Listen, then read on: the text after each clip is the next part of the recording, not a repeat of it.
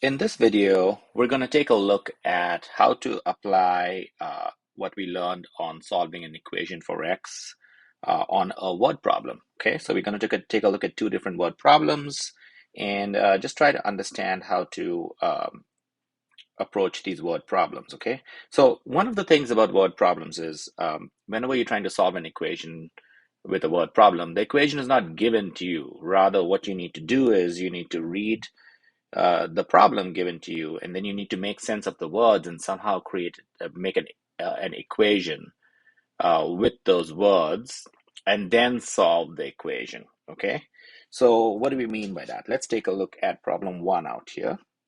What it says is if 7 is added to 5 times a number, the result is equal to 3 times the number. Find the number. So this is a fairly straightforward word problem. They want you to find the number. They're giving you some kind of a relationship out here. So the first sentence gives you the relationship. So that's what's going to give you the equation.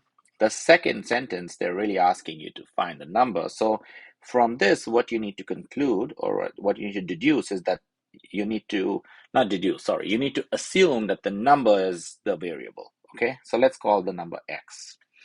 So if the number is x, so that's x, right? So what we're going to do is we're going to use the words. Okay, so let's look at the first sentence. If 7 is added to 5 times a number.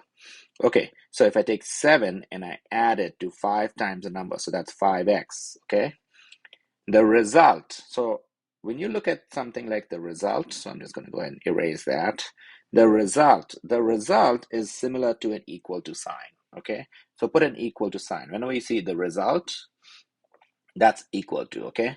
So sometimes they'll tell you the result is, sometimes they'll tell you the result is equal to, same thing, okay? So this entire thing means equal to. Okay, so we put the equal to sign, and then it's saying 3 times the number. So the result is equal to 3 times the number, so 3x. All right, so now we have an equation in x, and we have to solve for x because that's what the question requires us to do. So we'll go ahead and solve for x the usual way. So subtract 3x from both sides.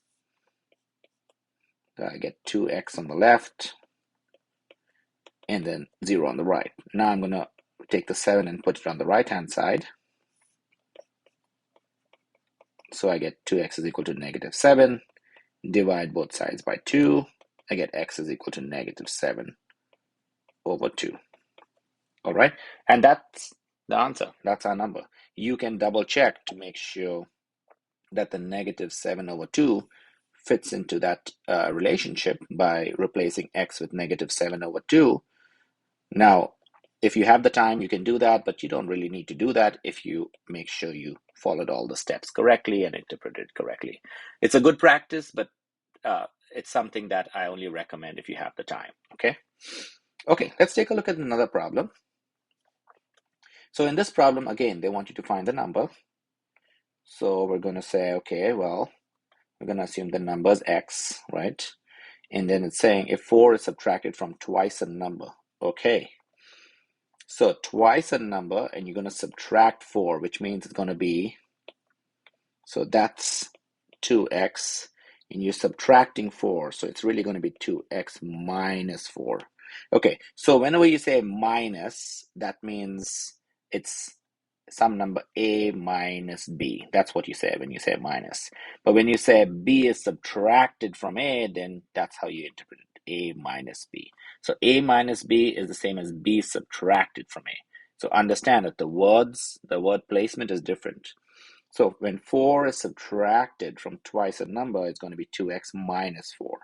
And of course, the result, as we mentioned in the previous problem, the result, oh, that should be it, is 36. So that's equal to 36, okay?